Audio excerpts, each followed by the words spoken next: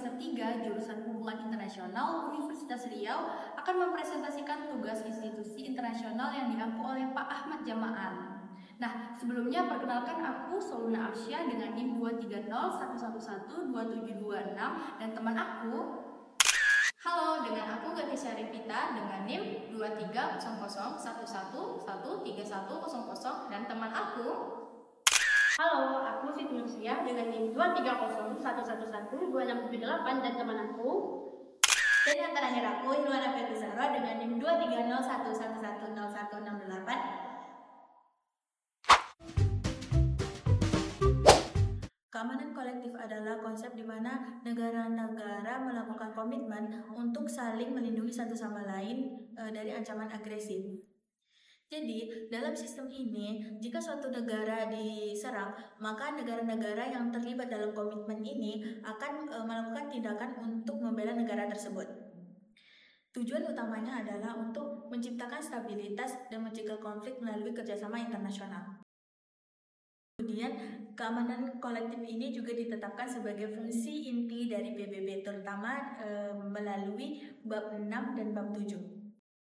Di mana bab 6 memungkinkan Dewan Keamanan untuk menengahi konflik, sementara bab 7 memberikan wewenang untuk mendefinisikan ancaman dan pelanggaran terhadap perdamaian, serta wewenang untuk mengambil tindakan termasuk penggunaan kekuatan.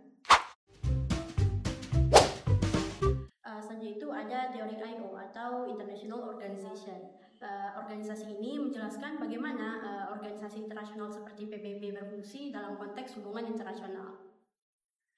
Teori ini menekankan mengenai bagaimana lembaga-lembaga internasional dalam mengatur interaksi antara negara, terus memfasilitasi suatu kerjasama, juga mengelola suatu konflik. Keamanan kolektif menjadi salah satu fungsi utama dari teori IO ini, di mana lembaga-lembaga ini berperan dalam menciptakan norma dan juga peraturan supaya dapat menghindari konflik yang akan terjadi maupun konflik yang sudah terjadi sebelumnya.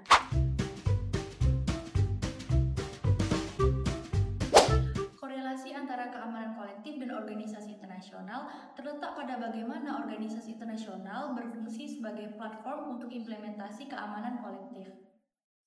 Teori organisasi internasional menunjukkan bahwa lembaga-lembaga internasional dapat mengurangi ketidakpastian dan meningkatkan kepercayaan antar negara.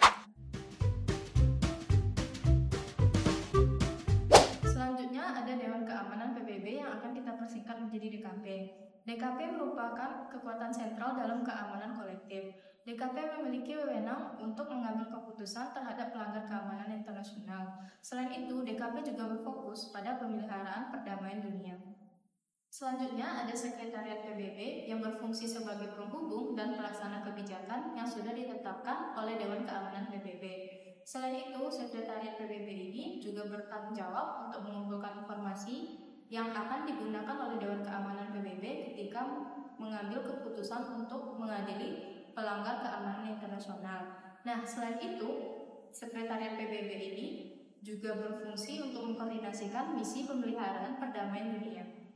Selanjutnya ada Organisasi Keamanan Regional. Apa itu Organisasi Keamanan Regional? Organisasi Keamanan Regional adalah entitas yang dibentuk oleh suatu negara-negara di suatu kawasan yang sama untuk mengatasi isu perdamaian yang mengancam stabilitas dan keamanan di kawasan tersebut. Salah satu contohnya adalah OSCE yang merupakan singkatan dari Organization for Security and Cooperation in Europe.